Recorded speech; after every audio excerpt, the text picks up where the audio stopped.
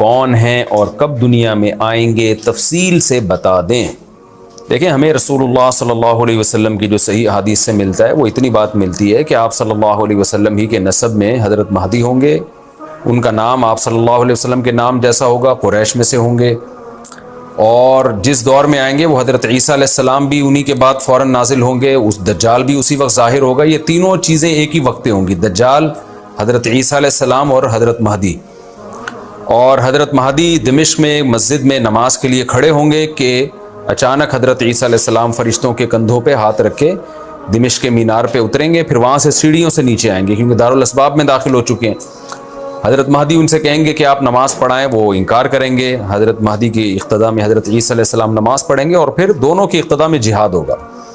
تو مجاہدین کے امام ہوں گے حضرت مہدی، اتنی بات ہمیں معلوم ہوتی ہے۔ چند باتیں اور ہیں روایات میں جو ملتی ہیں، یہ ہمیں ڈیٹ نہیں بتائی گئی ہے، سن نہیں بتایا گیا، سال نہیں بتایا گیا۔ اس بارے میں صدیوں سے لوگ پیش گوئیاں کر رہے ہیں کہ فلاں سن میں آئیں گے، فلاں سن میں آئیں گے، بڑے بڑے لوگوں نے پیش گوئیاں کی ہیں جو 100% غلط ثابت ہوئی ہیں۔ تو اب بھی لوگ پیش گوئیاں کر رہے ہیں کہ 2025 میں آئیں گے، کوئی کہہ رہا ہے 2030 میں آئیں گے۔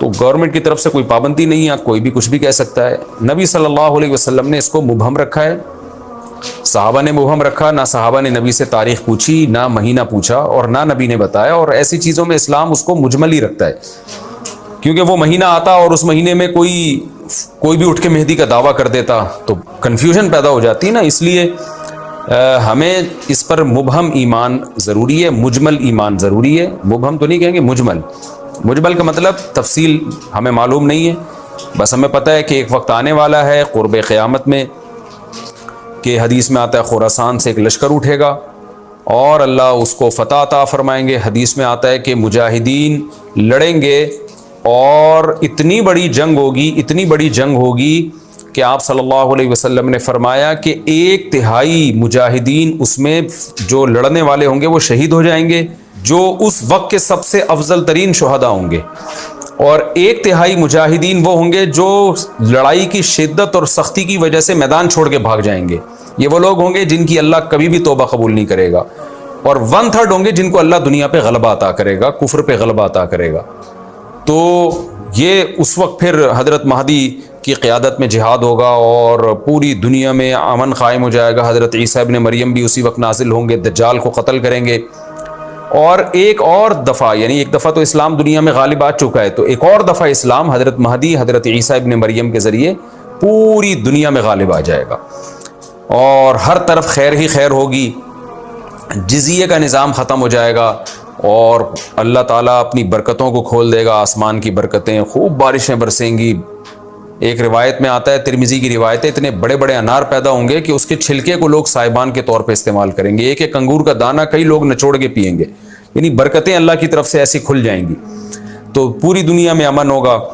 تو یہ جو نبی صلی اللہ علیہ وسلم کی جو بعثت تھی نا، آپ صلی اللہ علیہ وسلم کی، وہ کیا تھی؟ قرآن میں آتا ہے لِيُظْهِرَهُ عَلَى الدِّينِ كُلِّهِ، آپ صلی اللہ علیہ وسلم کو دنیا میں اس لیے بھیجا گیا تاکہ آپ دین کو پوری دنیا میں غالب کر دیں۔ تو ایک دفعہ تو یہ بنو امیہ کے دور میں، اور بنو عباس، اور پھر خلافت عثمانیہ، یہ جو مسلمانوں کی خلافتیں چلی ہیں، تو بنو امیہ اور بنو عباس کے دور میں تو اسلام پھیل گیا تھا، پوری دنیا جتنی بھی مہذب دنیا تھی اس میں اسلام ہی اسلام تھا، یعنی اسلامی حکومت تھی، سب مسلمان نہیں تھے لیکن حکومت اسلامی تھی، سب مسلمانوں کے زیر سایہ تھے۔ تو اللہ تعالیٰ اب پوری دنیا میں کیفیت کے لحاظ سے، کمیت کے لحاظ سے، کوانٹٹی کوالٹی دونوں لحاظ سے اسلام کو دنیا میں غالب کرے گا۔ اس کے لیے اللہ نے حضرت مہدی اور حضرت عیسیٰ ابن مریم کا انتخاب کیا ہے، اتنا ہمارا ایمان ہے۔ اب کیا ہوتا ہے کہ ہر تھوڑے دن میں کوئی مہدی اٹھ کے دعویٰ شروع کر دیتا ہے، اور تو امام مہدی سب سے پہلی بات یہ مجاہد ہوں گے، بڑی اہم ترین بات یہ ہے، اور انہی کے فوراً انہی کے دور میں حضرت عیسیٰ ابن مریم بھی نازل ہوں گے، تو اور دجال بھی ظاہر ہوگا۔ تو اس لیے یہ تینوں چیزیں ایک ساتھ ہیں، اس لیے ان کو پہچاننے میں اہل اسلام کو دشواری نہیں ہوگی۔ حضرت مہدی کو تو لوگ خود تلاش کریں گے، ان کی علامتوں میں سے یہ بھی ہے، وہ دعویٰ نہیں کریں گے، لوگ اہل اللہ، بزرگان دین، علماء ان کو خود تلاش کریں گے۔ آج لوگ خود دعویٰ کر رہے ہوتے ہیں حضرت مہدی ہیں، میں حضرت مہدی ہوں، تو وہ دعویٰ جو کرے گا اس کا مطلب وہ تو ہو ہی نہیں سکتا۔ تو اس لیے ہمیں اس ٹاپک کو ختم کر دینا چاہیے اس سینس میں کہ اس سینس میں ختم کر دینا چاہیے کہ جو دعوے کر رہے ہیں نا کہ کل آ رہے ہیں، پرسوں آ رہے ہیں، فلاں سن میں آ رہے ہیں، اس سینس میں اس ٹاپک کو ہمیں ختم کر دینا چاہیے. ہاں جتنا احادیث میں ہے اس کو بیان کرنا چاہیے. اس سینس میں ختم کر دینا چاہیے کہ ہاں جتنا احادیث بیان کرنا چاہیے. اور جو لوگ بھی خلاف سنت ہوتے ہیں وہ تو حضرت مہدی ہو ہی نہیں سکتے. آج تو مہدی ہونے کا دعویٰ ایسے ایسے پاگل فضول قسم کے لوگ کر رہے ہیں جو انسان ہونے کا دعویٰ کرنے سے پہلے ان کو سوچنا چاہیے کہ ہم انسان کے بچے بھی ہیں کہ نہیں. اچھا، یہ بھی انہوں نے پوچھا ہے کہ